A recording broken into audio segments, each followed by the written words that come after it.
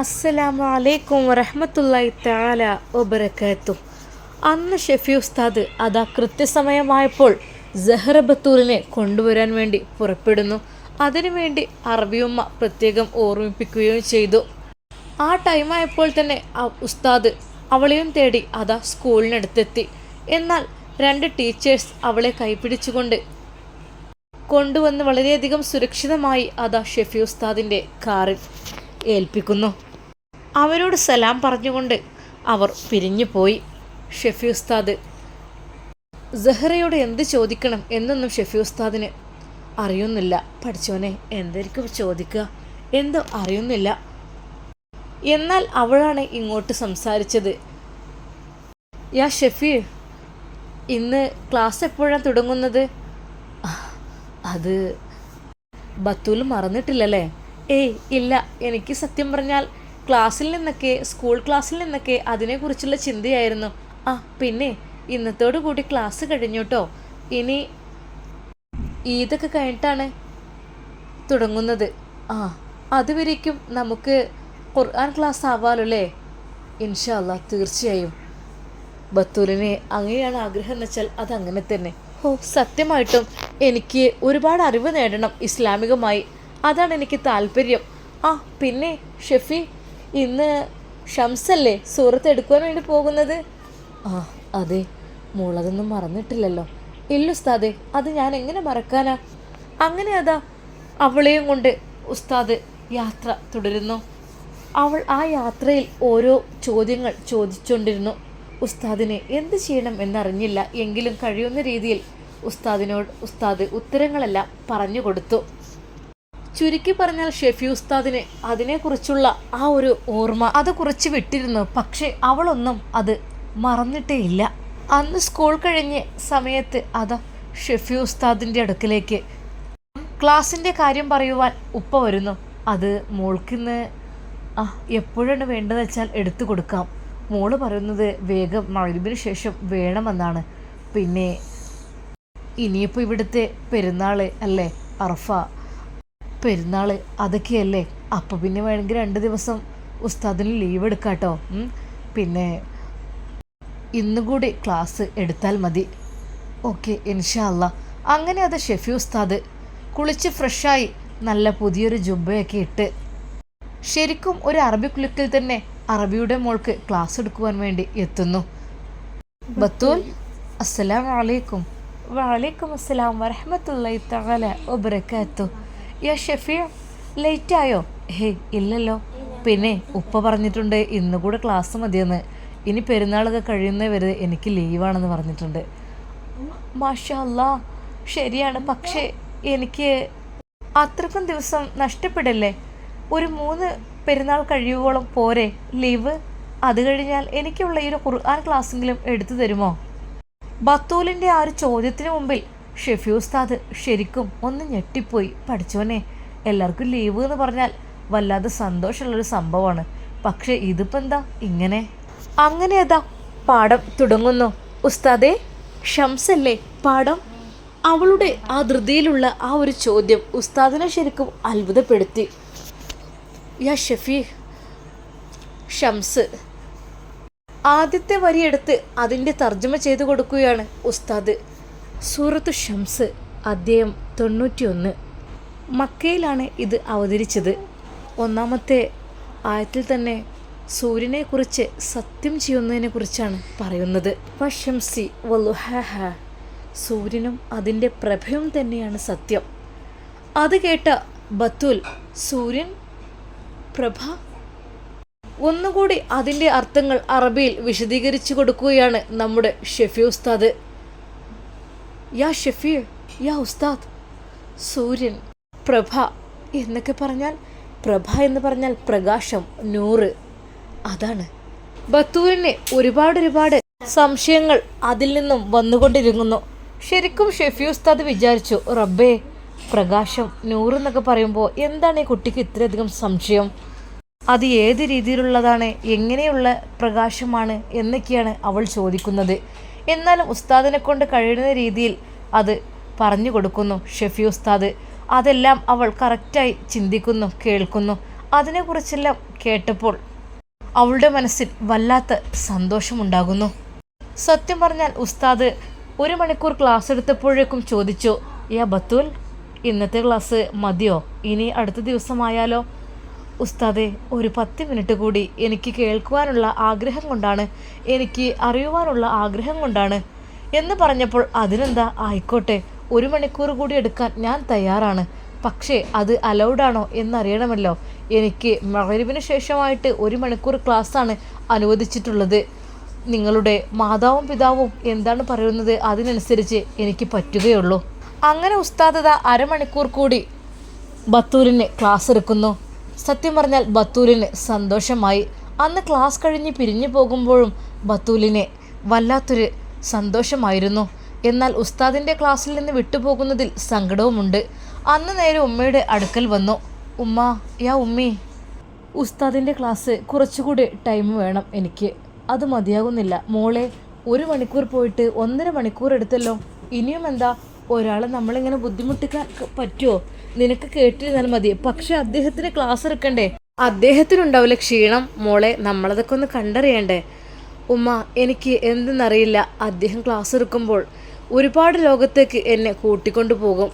ഇന്ന് ശരിക്കും ഷംസിനെ കുറിച്ചായിരുന്നു. അപ്പോൾ അതിൻ്റെ ഒരുപാട് കാര്യങ്ങളിലേക്ക് എന്നെ കൂട്ടിക്കൊണ്ടുപോയി എന്ന് മാത്രമല്ല, ശരിക്കും പ്രപഞ്ചം മുഴുവനായിട്ട് എനിക്ക് കാണുന്ന പോലെ എനിക്ക് തോന്നിയിരുന്നു.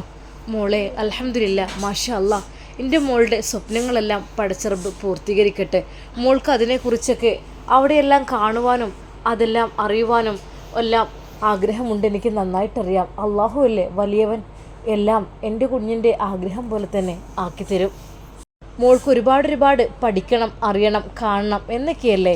ഇൻഷാ അല്ലാ, എൻ്റെ മോളുടെ ആഗ്രഹപ്രകാരം പടച്ച റബ്ബ് എല്ലാം മോൾക്ക് സാധിപ്പിച്ചു തരും കേട്ടോ. ഉമ്മ, ഉസ്താദിൻ്റെ മുമ്പിലിരിക്കുമ്പോൾ ശരിക്കും എന്നെ ആ ലോകത്തേക്ക് കൂട്ടിക്കൊണ്ടു പോകുന്നുണ്ട് അദ്ദേഹം. ഞാൻ ഒരിക്കലും അറിയുന്നില്ല നമ്മുടെ ഈ വീട്ടിലാണ് ഞാൻ ഇരിക്കുന്നത് എന്ന്. ഞാൻ എവിടേക്കോ എത്തുന്നുണ്ട്. ശരിക്കും ആ രീതിയിലുള്ള ക്ലാസ്സാണ് അദ്ദേഹത്തിൻ്റെത്. മോളെ, എനിക്കറിയാം, ഞാനും അനുഭവിച്ചതല്ലേ അതുകൊണ്ടല്ലേ മോൾക്ക് ഞാനത് റെക്കമെൻഡ് ചെയ്തത്. എൻ്റെ മോളെ പഠിപ്പിക്കുവാൻ അർഹനാണോ എന്ന് നോക്കിയതിന് ശേഷമാണ് എൻ്റെ മോൾക്കത് ഞാൻ നൽകിയത്. എങ്ങനെയുണ്ട് മോളെ? ഉമ്മ, ഒന്നും പറയാനില്ല. സത്യം പറഞ്ഞാൽ എനിക്ക് അള്ളാഹു കനിഞ്ഞരിഞ്ഞ് അരുളിയ ഒരു അനുഗ്രഹം പോലാണ് ഷെഫി ഉസ്താദിനെ ഞാൻ കാണുന്നത്. എന്നാൽ ഉസ്താദ് റൂമിൽ പോയി ഫുഡെല്ലാം കഴിച്ച് റിലാക്സായി ഉമ്മയെ ഒന്ന് വിളിക്കട്ടെ എന്ന് വിചാരിച്ച് നിൽക്കുകയാണ്. സാധാരണ രീതിയിൽ ഉമ്മയെല്ലാം ഉറങ്ങുന്ന സമയത്താണ് ഉസ്താദ് വിളിക്കാറുള്ളത്. കാരണം ക്ലാസ് കഴിഞ്ഞാൽ പിന്നെ നാട്ടിൽ ഏകദേശം 2 മണിക്കൂറോളം വ്യത്യാസമുണ്ടല്ലോ. അതുകൊണ്ട് തന്നെ ഉമ്മയൊക്കെ കിടക്കുന്ന സമയമായിരിക്കും. അതുകൊണ്ട് തന്നെ ഷെഫി ഉസ്താദ് വേഗം വിളിക്കും ഉമ്മയെ വിളിച്ചിട്ട് കാര്യമില്ലല്ലോ, കാണാൻ പറ്റില്ലല്ലോ. ഉമ്മയുടെ ആ പൂമുഖം ഒന്ന് എനിക്ക് കാണാൻ തോന്നും. പക്ഷേ ഞാൻ ഫോൺ കൊടുത്താൽ അവൾ എങ്ങനെയെങ്കിലും അത് മാറ്റിവെക്കും എന്നതുകൊണ്ട് തന്നെ തൽക്കാലം ഇതിവിടെയുണ്ട്. കിട്ടിയ ഗിഫ്റ്റും കാര്യങ്ങളെല്ലാം അതൊക്കെ ഇൻഷാ അല്ലാ പിന്നീട് സക്കീർ ഉസ്താദിൻ്റെ കൈകളിൽ കൊടുത്തയക്കാം. അതായിരിക്കും നല്ലത്. തൻ്റെ പ്രിയപ്പെട്ട ഉമ്മയുടെ ആ പൂമുഖം കാണാൻ കൊതിയായിരുന്നു ഷെഫി ഉസ്താദിന്. ഉമ്മ, ഒരുപാട് കൊതിക്കുന്നുണ്ട് അങ്ങയുടെ ആ മുഖം കാണാൻ. എനിക്ക് 3 സ്ഥലത്തേക്ക് നോക്കുന്നത് വളരെയധികം പുണ്യമുള്ള കാര്യമാണല്ലോ. ഒന്ന് കഅബ ഷരീഫ്, ഒന്ന് പരിശുദ്ധ ഖുർആന്, ഒന്ന് സ്വന്തം മാതാവിൻ്റെ മുഖം. ആ 3 സ്ഥലത്തേക്ക് നോക്കിയാലും പ്രതിഫലമാണത്രേ. എൻ്റെ ഉമ്മയെ ഒന്ന് കാണുവാൻ എനിക്ക് വല്ലാതെ കൊതിയാകുന്നു. സീനത്തിനോട് ചോദിച്ചാൽ അവൾ സമ്മതിക്കോ എന്തോ അറിയില്ല. എങ്കിലും ഉമ്മയുടെ ഫോണിലേക്ക് വിളിച്ചു. ആദ്യം തന്നെ ഉമ്മ കാത്തിരിക്കുകയായിരുന്നു മകൻ്റെ ആ ഒരു ഫോണിന് വേണ്ടിയിട്ട്. ഹലോ മോനെ. ഉമ്മ, അസ്സലാമു അലൈക്കും. വലൈക്കും അസ്സലാം. മോനെ, എന്തൊക്കെയുണ്ടടാ? നാളല്ലേ അവിടുത്തെ നോമ്പ്? ആ ഉമ്മ, മറ്റന്നാൾ പെരുന്നാൾ. നാട്ടിൽ പിറ്റേ ദിവസം ശനിയാഴ്ച. പൊന്നുമോനെ, ഉമ്മാൻ്റെ കുട്ടിക്ക് റാഹത്തല്ലേ? ഉമ്മ, അൽഹംദുലില്ലാ റാഹത്താണ്. പിന്നെ ഞാൻ പറഞ്ഞല്ലോ, ഇവിടുത്തെ അറബിയുടെ മകൾ സഹ്റ ബത്തൂലിനെ ഖുർആൻ പഠിപ്പിക്കുന്ന ഡ്യൂട്ടിയും എനിക്കുണ്ട്. ഇപ്പോൾ ഇന്നൊക്കെ 1.5 മണിക്കൂർ ഞാൻ അവൾക്ക് ക്ലാസ് എടുത്ത് കൊടുത്തു. പക്ഷെ ആ കുട്ടിക്ക് മതിയാവുന്നില്ല ഉമ്മ. ആ കുട്ടിക്ക് വീണ്ടും വീണ്ടും അതിനെക്കുറിച്ച് അറിയണം, അതിനെക്കുറിച്ചുള്ള വിശദീകരണം വേണം. അതൊക്കെയാണ് ഉമ്മ. മോനെ ആയിക്കോട്ടെ, ഖുർആനല്ലേ എൻ്റെ കുട്ടി പഠിപ്പിക്കുന്നത്. ഏതായാലും അൽഹംദുലില്ലാ, പഠിച്ച റബ്ബിനെ ഞാൻ സ്തുതിക്കാണ്. കാരണം ഇവിടം വിട്ടു പോകുമ്പോൾ ഗൾഫിലേക്ക് പോകുമെന്ന് പറഞ്ഞപ്പോൾ എൻ്റെ മനസ്സ് വല്ലാതെ വിങ്ങി പൊട്ടിയിരുന്നു. അറബി വീട്ടിൽ ക്ലീനിങ്ങും കാര്യങ്ങളും അങ്ങനത്തെ പണികളൊക്കെ ആയിട്ട് എൻ്റെ കുട്ടിയെ ഖുർആനുമായുള്ള ബന്ധം വിടും എന്ന് ഞാൻ ഭയപ്പെട്ടിരുന്നു. പക്ഷേ എൻ്റെ പ്രാർത്ഥന പടച്ച റബ്ബ് സ്വീകരിച്ചു. എൻ്റെ പൊന്നുമോന് ഹയറായ ജോലി തന്നെ, അള്ളാഹുവിന് ഇഷ്ടപ്പെട്ട ജോലി തന്നെ പടച്ച റബ്ബ് നൽകി. മാഷാ അല്ലാ ഉമ്മ, അൽഹംദുലില്ലാ, എല്ലാം കൊണ്ട് റാഹത്താണ് ഉമ്മ. എനിക്ക് എൻ്റെ പൊന്നുമ്മയുടെ ആ പരിശുദ്ധമായ മുഖമൊന്ന് കാണുവാൻ എനിക്ക് വല്ലാതെ ആഗ്രഹിക്കുന്നു ഉമ്മ. ഷെഫി ഉസ്താദിന് തൻ്റെ ഉമ്മയെ കാണാൻ വല്ലാതെ ആഗ്രഹം ജനിച്ചിരുന്നു. ഉമ്മ, മോനെ സീനത്തിൻ്റെ ഫോണിലേക്കൊന്ന് വിളിച്ചോ, അവിടെ ഇനി പിണങ്ങണ്ട, അല്ലെങ്കിൽ ചെറിയൊരു കാരണത്തിന് പിണങ്ങുന്ന ആളാണ്. ഉമ്മ എന്തു പറ്റി? ഉമ്മക്ക് എന്തെങ്കിലും? ഇല്ല മോനെ, ഞാൻ പറയേ, ഇനിയിപ്പോൾ എന്നോട് സംസാരിച്ച് അവളോട് സംസാരിക്കുക, അതുമ്മ ഞാൻ വിളിച്ചോളാം. അപ്പോൾ തന്നെ ഷെഫി ഉസ്താദ് അത് സീനത്തിൻ്റെ ഫോണിലേക്ക് വീഡിയോ കോൾ ചെയ്യുന്നു. ശബ്ദം കേട്ട് അവൾ പെട്ടെന്ന് തന്നെ ഫോൺ ബിസിയാക്കുന്നു. ഓഹ്, ഇതാണ് ഇവളുടേക്ക് വിളിച്ചാളെ കേട്. അവൾ പെട്ടെന്ന് ബിസിയാക്കും. എന്ത് കാര്യത്തിന് വേണ്ടിയിട്ടാണ് അവളത് കട്ടാക്കുന്നത് എനിക്കറിയുന്നില്ല. ഉസ്താദ് വീണ്ടും വിളിക്കുന്നു. തൻ്റെ പ്രിയപ്പെട്ട ഉമ്മയുടെ മുഖമൊന്ന് കാണണം, അതാണ് പ്രധാന ലക്ഷ്യം. സീനത്ത് ഒരു പക്ഷെ മുഖത്ത് പോലും നോക്കില്ല. അവൾക്ക് ഒരു മറയാണ് എൻ്റെ മുമ്പിൽ. അവൾ സംസാരിക്കും എന്നല്ലാതെ ആ മുഖത്തോട് മുഖം നോക്കുകയില്ല. തൻ്റെ ഭാര്യയോടൊന്നിച്ച് ഒന്ന് സംസാരിച്ചിരിക്കുക, അല്ലെങ്കിൽ ഭർത്താവിനോടൊന്നിച്ച് ഒന്ന് സംസാരിക്കുക, ആ ഒരു കാര്യത്തിന് അവൾക്ക് തീരെ താല്പര്യമുണ്ടായിരുന്നില്ല. ഷെഫി ഉസ്താദ് പലതവണ തൻ്റെ ഭാര്യയ്ക്ക് വേണ്ടി വിളിക്കും, പക്ഷെ അവൾ മുഖത്തേക്ക് തന്നെ ശരിക്കും നോക്കാറില്ല എന്ന് മാത്രമല്ല, മര്യാദക്കൊന്ന് സംസാരിക്കുക പോലുമില്ല. 2 പ്രാവശ്യം വിളിച്ചിട്ടും അവൾ ബിസിയാക്കുകയാണ്. ഉസ്താദിന് സങ്കടമായി. അപ്പോൾ തന്നെ ഉമ്മയുടെ ഫോണിലേക്ക് വിളിച്ചു. മോനെ എന്താ, അവള് എടുത്തില്ലേ? ഉമ്മ ഇല്ല, അവളെന്താ ഉറങ്ങിയോ? മോനെ ഉറങ്ങിയിട്ടൊന്നും ഉണ്ടാവില്ല, ആ ഉമ്മ ബിസിയായിരുന്നു കാണിച്ചത്. അപ്പോൾ ഒരു പക്ഷേ ഇനിയിപ്പോൾ ഉറങ്ങിയിട്ടാവില്ല മോനെ, അവൾ വല്ല ക്ലാസ്സിലായിരിക്കും, അതായിരിക്കുമല്ലോ ഉമ്മ. എനിക്ക് ഉമ്മ നിങ്ങളുടെ മുഖം ഒന്ന് കാണാൻ വല്ലാത്ത ആഗ്രഹമുണ്ട് മോനെ. സാരല്ലടാ, വന്നിട്ട് കാണാം നമുക്ക്. ഉമ്മാൻ്റെ കുട്ടിക്ക് ലീവ് കിട്ടുന്നുണ്ടെ ഒന്ന് പോന്നോണ്ടിട്ടോ. ആ ഉമ്മ ഒരു 6 മാസം ആകട്ടെ, കാരണം ഇവിടെ ജോയിൻ ആയിട്ടില്ലുള്ളൂ. പിന്നെ ഈ കുട്ടിയെ കൊണ്ട് നടക്കണം. പറ്റുന്നുണ്ടെങ്കിൽ ഉമ്മ ഞാൻ വരണ്ട്, ഇവിടെ സ്കൂളൊക്കെ അടക്കുകയാണ്. പറ്റുകയാണെങ്കിൽ ഇൻഷാ അല്ലാ മോനെ അങ്ങനെ വിടുമോ? അതിനെന്താ, മോളുടെ കാര്യം നോക്കൽ മാത്രമേ എനിക്ക് ഡ്യൂട്ടി ഉള്ളൂ. മോളെ കൊണ്ടാക്കണം, കൊണ്ടുവിടണം. ഇവിടുത്തെ ഗദ്ദാവും പോവുകയും ചെയ്തു. മോനെ സൂക്ഷിക്കണം കേട്ടോ. ആ ഉമ്മ ഒരു കുഴപ്പമുണ്ടാവില്ല. എന്തായാലും ഇൻഷാ അല്ലാ ജൂലൈയിലൊക്കെ വരാൻ വേണ്ടിയാൽ നോക്കാം. അപ്പോൾ ഇവിടുത്തെ സീസണാണ്, സ്കൂളൊക്കെ അടക്കുന്ന ടൈമാണ്. അപ്പോൾ ഏകദേശം ലാസ്റ്റ് അല്ലെങ്കിൽ അടുത്ത മാസം ഫസ്റ്റ് അങ്ങനെയൊക്കെ നോക്കട്ടെ ഉമ്മ. മോനെ ഇൻഷാ അല്ലാ ഉമ്മാൻ്റെ കുട്ടീനെ കാണാൻ കൊതിയാകുന്നുണ്ട്. ഉസ്താദ് വിചാരിച്ചു ഇനി ആ ഗിഫ്റ്റും കാര്യങ്ങളെല്ലാം ഉമ്മാക്കുള്ള ഫോണ് അത് ഉമ്മയുടെ കയ്യിൽ ഡയറക്റ്റായിട്ട് കൊടുക്കണം. അല്ല എങ്കിൽ ഷെഫി ഉസ്താദിന് ഒരാഗ്രഹം തോന്നുന്നു, സക്കീർ ഉസ്താദിന് കൊടുത്തിട്ട് സിമ്മും കാര്യങ്ങളൊക്കെ അവനെ കൊണ്ട് ചേഞ്ച് ആക്കിപ്പിച്ച് കൊടുക്കണം. എങ്കിൽ മാത്രമേ ഉമ്മാക്ക് ഫോൺ കിട്ടുള്ളൂ. അല്ലെങ്കിൽ എന്തൊക്കെ തന്നെയാണ് അത് അവളെടുക്കും, അവളെ വീട്ടിലേക്ക് കൊണ്ടുപോകും, അല്ലെങ്കിൽ ആർക്കെങ്കിലും കൊടുക്കും, അത് ഉറപ്പുണ്ട്. എന്നാൽ 10-11 മണി ആയിട്ടുണ്ട്. ഷെഫി ഉസ്താദ് ഉമ്മയോട് സംസാരിച്ച് കോള് വെച്ചപ്പോൾ പെട്ടെന്ന് ഒന്നുകൂടെ തൻ്റെ പ്രിയപ്പെട്ട ഭാര്യയ്ക്ക് വേണ്ടി വിളിക്കുമ്പോൾ അവൾ വീണ്ടും നട്ടപ്പാതിരേക്കാണോ നിങ്ങൾ ഈ കോള് ചെയ്യണത്? പകലൊക്കെ ഒഴിവുണ്ടായിട്ടും? അത് എനിക്കിപ്പോഴാണ് ടൈം കിട്ടിയത്. എൻ്റെ ഡ്യൂട്ടിയും കാര്യങ്ങളെല്ലാം കഴിഞ്ഞ് ഞാൻ ഇപ്പോഴാണ് സീനത്തെ ഒന്ന് ഫ്രീ ആയത്. നിന്നോടൊന്ന് സംസാരിക്കാൻ എനിക്ക് വല്ലാതെ ആഗ്രഹമുണ്ട്. നട്ടപ്പാതിരായി കിടക്കുന്ന സമയത്താണല്ലോ കിന്നാരം പറിച്ചിലും സംസാരം. എന്താന്നില്ലേ, ഒന്ന് നിങ്ങൾ വെച്ചിട്ട് പോവോ? അവളുടെ ആ ഒരു വാക്കുകൾ അത് ഷെഫി ഉസ്താദിൻ്റെ മനസ്സിനെ വല്ലാതെ വേദനിപ്പിച്ചു. എന്ന് മാത്രമല്ല, പഠിച്ചോനെ നല്ല ദിവസമാണ്, പെരുന്നാൾ, അറഫ അതൊക്കെ വരികയാണ്. അതിനെക്കുറിച്ച് അവൾക്ക് ഡ്രസ്സ് എടുക്കാനോ ഉമ്മാക്ക് എടുക്കാനോ അതിനെക്കുറിച്ചൊക്കെ കാര്യങ്ങളെക്കുറിച്ച് പറയാനും ഒക്കെ ഉണ്ടായിരുന്നു. പക്ഷെ അവൾ ഒന്നുകൊണ്ടും കൂട്ടാക്കുന്നില്ല ഒന്നിനും. അവൾ പെട്ടെന്ന് ഫോൺ കട്ട് ചെയ്തു. ഉമ്മാക്ക് വീണ്ടും വിളിക്കുന്നേ കണ്ടും ഉമ്മ ചോദിച്ചു, അല്ല മോനെ എന്താ ഓൾ എടുത്തില്ലേ? ഉമ്മ ഓൾ ഫോൺ എടുക്കണില്ല, ഓൾക്ക് ബിസിയാണ്. ഉമ്മ പെരുന്നാളിന് ഡ്രസ്സ് എടുക്കണം, അതിന് ഞാൻ ക്യാഷ് അയക്കുന്നുണ്ട്, പറ്റുന്നുണ്ടെങ്കിൽ നാളെ പോയി എടുക്കണം കേട്ടോ. പിന്നെ മറ്റന്നാളല്ലേ അവിടെ നോമ്പ്, പിന്നെ പെരുന്നാളൊക്കെ, അപ്പോൾ ഇവിടെ ആദ്യമാണല്ലോ. അപ്പോൾ ഉമ്മ നാളെ പോയിട്ട് എന്തായാലും മറക്കാതെ എടുക്കണം. ഉമ്മാക്കുള്ളതും അവൾക്കുള്ളതൊക്കെ എടുത്തുകൊണ്ടിട്ടോ, ഞാൻ ക്യാഷ് അയക്കുന്നുണ്ട്. നാളെ രാവിലെ ഒരു പക്ഷേ സെക്യൂർ ഉസ്താദ് അങ്ങോട്ട് കൊണ്ടുവന്ന് തരും ക്യാഷ്. ഇൻഷാ അല്ലാ. പെരുന്നാളൊക്കെ നല്ല ഉഷാറായി കഴിക്കണം. എന്താ ബിരിയാണിയോ മന്തിയോ പായസമോ എന്തൊക്കെയെന്ന് വെച്ചാൽ വെക്കണം. പിന്നെ അയൽവാസികളൊക്കെ വിളിക്കണം. നമ്മൾ അയൽവക്കത്തെ ആ ഹിന്ദുസ് വീട്ടിലേക്കൊക്കെ കുറച്ച് ചോറ് കൊടുത്തേക്കണം, കുറച്ച് പായസമൊക്കെ. മതസൗഹാർദ്ദം എപ്പോഴും നല്ലതാണല്ലോ.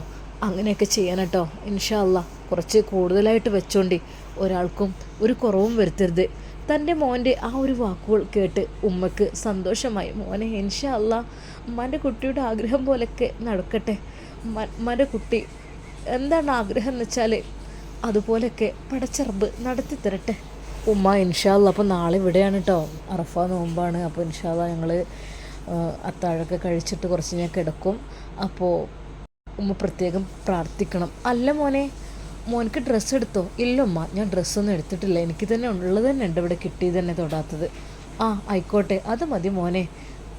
ഇനി വേറൊരു ഡ്രസ്സിൻ്റെ ആവശ്യമില്ലല്ലോ ഉമ്മ, അത് തന്നെ മതി. ഇഷ്ടം പോലെ യൂസ് ചെയ്യാത്ത അത്തറുകളും ചെരുപ്പും എനിക്ക് നല്ല അറബിക് കന്തൂറുകളും എല്ലാം ഇവിടെ കിട്ടിയിട്ടുണ്ട്, അത് തന്നെ ധാരാളമല്ലേ. പിന്നെ ഉമ്മാൻ്റെ കുട്ടി കന്തൂറയും തലപ്പാവൊക്കെ ധരിക്കുമ്പോഴേ ശരിക്കും എല്ലാവരും പറയും അറബിയാണോ എന്ന് ചോദിച്ചിട്ടുണ്ട് പലരും. ശരിക്കും മിസ്രിയാണോ ചോദിച്ചിട്ടുണ്ട്.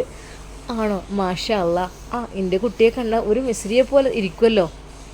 പടച്ച റബ്ബ് എൻ്റെ കുട്ടിക്ക് സൗന്ദര്യം വാരി കോരി തന്നിട്ടുണ്ടല്ലോ, അൽഹംദുലില്ലാ. മകൻ ചിരിച്ചുകൊണ്ട് പറഞ്ഞു. ഉമ്മയുടെ അല്ലേ മോന്, പിന്നെ ഇല്ലാണ്ടിരിക്കോ? അല്ലടാ, എൻ്റേതായിട്ടല്ല, നിൻ്റെ ഉപ്പയെ കാണാൻ വലിയ ഗ്ലാമറായിരുന്നു. എൻ്റെ ഭർത്താവ് ആയതുകൊണ്ട് പറയില്ല, എന്താണെന്നറിയില്ല, നല്ല മനുഷ്യനായിരുന്നു നിൻ്റെ പിതാവ്, അതുകൊണ്ടാണ് നിനക്ക് ആ ഭംഗി കിട്ടിയത്. എൻ്റെ ഉമ്മയും മൊഞ്ചിന് കുറവൊന്നുമില്ലല്ലോ മോനെ. അങ്ങനെയൊന്നുമില്ലടാ. ആയിക്കോട്ടെ, എന്നാൽ ശരി, കുട്ടി ഉറങ്ങിക്കോളിട്ടോ. പിന്നെ നോമ്പൊക്കെ നോറ്റിട്ട് ഉമ്മാക്ക് വേണ്ടിയൊക്കെ പ്രത്യേകം ദുആ ചെയ്യണം. ഇൻഷാ അല്ലാ അടുത്ത മാസമൊക്കെ പറ്റുന്നുണ്ടെങ്കിൽ ഉമ്മാൻ്റെ കുട്ടി വരണം കേട്ടോ. ഉമ്മ ഇൻഷാ അല്ലാ ചോദിച്ച് നോക്കട്ടെ കേട്ടോ. ഇനിയിപ്പോൾ അതല്ല, സഹർ ബത്തൂൽ എന്നാണ് ഇവിടുത്തെ രാജകുമാരിയുടെ പേര്, അറബിയുടെ മോളുടെ. ആ കുട്ടിക്ക് അടുത്ത മാസമൊക്കെ ഖുർആൻ ക്ലാസ് എടുക്കണമെന്ന് വെച്ചാൽ ഒരു പക്ഷേ എനിക്ക് വരാൻ പറ്റില്ല കേട്ടോ. മോനെ അത് കുഴപ്പമില്ല, ക്ലാസ് എടുത്തോ. ഖുർആനല്ലേ പഠിപ്പിക്കുന്നത്. അവിടെ ആയാലും ഇവിടെ ആയാലും എൻ്റെ കുട്ടിക്ക് ഇവിടെ വന്നാൽ ഇത്രയും സമാധാനം ഉണ്ടാവില്ല. അവിടെ ആകുമ്പോൾ സമാധാനമാണെന്ന് എനിക്ക് തോന്നുകയാണ്. എൻ്റെ കുട്ടി അവിടെ നിന്നോളി. ഉമ്മാൻ്റെ പ്രാർത്ഥന എന്നും നിനക്കുണ്ടാകും. ആ ഉമ്മ തൻ്റെ മകന് വേണ്ടി പ്രാർത്ഥിച്ചതുപോലെ തന്നെ നടന്നിരിക്കുന്നു. മാഷാ അല്ലാ, എൻ്റെ കുട്ടിക്ക് ഖുർആൻ പഠിപ്പിക്കുന്ന ജോലിയാണ് അവിടെയും ലഭിച്ചിട്ടുള്ളത്. അള്ളാഹുവേ, എൻ്റെ കുട്ടിയെ നീ കാത്ത് രക്ഷിക്കല്ല. ആ ഉമ്മ ഹൃദയം പൊട്ടി ദുആ ചെയ്തു. പക്ഷെ ഷെഫി ഉസ്താദ് ഫോൺ കട്ട് ചെയ്ത് അവിടെ ആലോചിക്കുകയായിരുന്നു. പഠിച്ചോനെ, എൻ്റെ പ്രിയപ്പെട്ട പെണ്ണിനോട് ഒന്ന് സംസാരിക്കാൻ, അല്ലെങ്കിൽ അവൾ വരുന്നില്ല, അവൾ വരുന്നേയില്ല. അവൾ എന്നോട് തീരെ ഇഷ്ടമില്ലാത്ത രീതിയിൽ. പഠിച്ചോനെ, എന്താണ് ഞാൻ അവൾക്ക് കൊടുക്കാനുള്ളത്? അവൾക്കെല്ലാം ഞാൻ കൊടുക്കുന്നുണ്ട്. അവൾക്ക് ഫോൺ കൊടുത്തു, അവൾക്ക് ക്യാഷ് കൊടുക്കുന്നുണ്ട്, ആവശ്യപ്പെടുന്നതെല്ലാം ഞാൻ കൊടുക്കുന്നുണ്ട്. ഇനി എന്തിൻ്റെ പേരിലാണ് അവൾ എന്നോട് സംസാരിക്കാതെ ദേഷ്യം പിടിച്ച് നിൽക്കുന്നത്? എനിക്കറിയുന്നില്ലല്ലോ. ഞാൻ എന്തൊക്കെ തന്നെ അവൾ ചോദിച്ചതും ചെയ്തു കൊടുക്കുന്നുണ്ട്. പക്ഷേ റബ്ബേ, എന്തൊക്കെ തന്നെയാലും അവളുടെ സ്വഭാവം നീ നന്നാക്കല്ല. അതാണ് ഷെഫി ഉസ്താദും അവിടെ നിന്ന് ദുആ ചെയ്തത്. ഇൻഷാ അല്ലാ നമുക്കിതിൻ്റെ ബാക്കി ഭാഗം നാളെ കാണാം. അതുവരേക്കും എല്ലാവർക്കും അസ്സലാമു അലൈക്കും വറഹ്മത്തുള്ളാഹി തആല വബറകാതുഹു. പ്രിയപ്പെട്ട കൂട്ടുകാരെ, നാളെയാണ് ഇവിടുത്തെ അറഫ നോമ്പ്, മറ്റന്നാൾ പെരുന്നാൾ. അപ്പോൾ ഇൻഷാ അല്ലാ എല്ലാവരും പ്രാർത്ഥനയിൽ ഉൾപ്പെടുത്തുക. ഞാൻ നിങ്ങളെയും പ്രാർത്ഥനയിൽ ഉൾപ്പെടുത്തും. ഞങ്ങളിപ്പോഴും UAE തന്നെയാണ്, ബ്രദറിൻ്റെ അടുത്ത് തന്നെ നിൽക്കുന്നത്. ഇൻഷാ അല്ലാ ഈ മാസം 11-ാം തീയതി നാട്ടിലേക്ക് എത്തും. പിന്നെ എന്തായാലും മനസ്സിൽ ആഗ്രഹം ഉണ്ടായിരുന്നു, ഒരു വർഷമെങ്കിലും അറബ് നാട്ടിലെ ഈദ് ആഘോഷിക്കണം എന്നൊക്കെ. അൽഹംദുലില്ലാ, പടച്ച റബ്ബ് അത് പൂർത്തീകരിച്ച് തരുമെന്ന് തന്നെയാണ് വിശ്വസിക്കുന്നത്. കാരണം ഇന്ന് വരെ ഇവിടെ നാളത്തെ നോമ്പിന് വരെ എത്തിയല്ലോ, ഇനി മറ്റന്നാളല്ലേ പെരുന്നാൾ. ഇൻഷാ അല്ലാ അപ്പോൾ എല്ലാവരും പരസ്പരം ദുആയിൽ ഉൾപ്പെടുത്തുക. പിന്നെ നമ്മളെ ഈ സ്റ്റോറി കാണുന്ന എല്ലാവർക്കും പടച്ച റബ്ബ് ഹജ്ജും ഉംറയും ചെയ്യുവാനുള്ള ഭാഗ്യം അള്ളാഹു നൽകി അനുഗ്രഹിക്കട്ടെ എന്ന് പ്രാർത്ഥിക്കുന്നു. നമ്മുടെ സ്റ്റോറി കേൾക്കുന്ന ഒരുപാട് അസുഖമുള്ള ഒരുപാട് ആളുകളുണ്ട്. ഇന്നൊരു കുട്ടിയുടെ കമൻറ്റ് കണ്ടു. ഹസീന എന്ന പേരുള്ളൊരു മോളാണ്. ആ മോൾക്ക് പോളിയോ ബാധിച്ച കുട്ടിയാണെങ്കിൽ അവൾ സ്റ്റോറികളൊക്കെ കേൾക്കാറുണ്ട് എന്നൊക്കെയാണ് പറഞ്ഞത്. അപ്പോൾ അവൾക്ക് എല്ലാ സ്റ്റോറിയും നല്ലതായിട്ട് വരണം, അതിന് വേണ്ടിയിട്ടാണ് അവൾ ആഗ്രഹിക്കുന്നതെന്ന് പറഞ്ഞു. ഇൻഷാ അല്ലാ എല്ലാ സ്റ്റോറിയും നന്നായിട്ട് വരും. നിങ്ങൾ വിചാരിച്ച പോലെ തന്നെ ആഗ്രഹിച്ചതുപോലെ തന്നെ മുഹ്സിനയുടെയും എല്ലാ ഇതും നല്ല രീതിയിൽ തന്നെ ആയി വരും. ഇൻഷാ അല്ലാ എല്ലാവരും ക്ഷമിക്കണം. അപ്പോൾ നമ്മുടെ ഷെഫി ഉസ്താദ് കുറച്ച് ബുദ്ധിമുട്ടിയെങ്കിൽ ഇപ്പോൾ ഉസ്താദിന് കാര്യങ്ങളൊക്കെ കുറേയൊക്കെ റാഹത്താണ് അൽഹംദുലില്ലാ. അപ്പോൾ നമ്മുടെ സ്റ്റോറി കാണുന്നതിൽ കമൻറ്റ് എഴുതാൻ കഴിയാത്തൊരുപാട് ഉമ്മമാരുണ്ട്, താത്തമാരുണ്ട്, കാക്കമാരൊക്കെ ഉണ്ട്. അവർക്കൊക്കെ കമൻറ്റ് എഴുതാനൊന്നും കഴിയൂല. അപ്പോൾ എന്തൊക്കെ തന്നെയാലും നിങ്ങൾ ലൈക്ക് ചെയ്യുന്നുണ്ട് സ്റ്റോറിക്ക്. ആ ഒരു വിരലിൻ്റെ അടയാളം ജസ്റ്റ് ഒന്ന് തൊട്ട് കൊടുത്താൽ തന്നെ മതി. പിന്നെ സബ്സ്ക്രൈബ് ചെയ്യാത്തവരുണ്ട്, ഒരുപാടുണ്ട് നമ്മളെ സ്റ്റോറി കാണുന്നല്ലേ. അപ്പോൾ അതൊന്ന് സബ്സ്ക്രൈബ് എന്നുള്ളൊരു ബട്ടണൊന്ന് നെക്കി കൊടുക്കുക. ഇൻഷാ അല്ലാ അതിൻ്റെ ബാക്കിയൊക്കെ ഞാൻ വിടണ്ട്. അപ്പോൾ ഇൻഷാ അല്ലാ നമ്മളെ ഈ ഒരു വർഷത്തെ പെരുന്നാൾ അറബ് നാട്ടിൽ ആഘോഷിക്കുവാൻ പടച്ച റബ്ബ് കനിഞ്ഞരുളിയിട്ടുണ്ട്. ഇനി എങ്ങനെയെന്ന് പറയാൻ പറ്റില്ല, നാളത്തെ ദിവസം കൂടി കഴിഞ്ഞാൽ.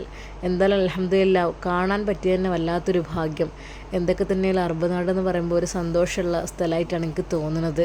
നിയമങ്ങളും കാര്യങ്ങളൊക്കെ വളരെയധികം സ്ട്രിക്റ്റാണ്. നമ്മളെ നാട്ടിലത്തെ പോലെ ഇഷ്ടംപോലെ കാട്ടിക്കൂട്ടലല്ല, വളരെയധികം നല്ല രീതിയിലുള്ള കാര്യങ്ങളും ഒക്കെയാണ് ഇവിടെ കാണുന്നത്. നിയമം ഇവിടെ എല്ലാവർക്കും ബാധകവുമാണ്.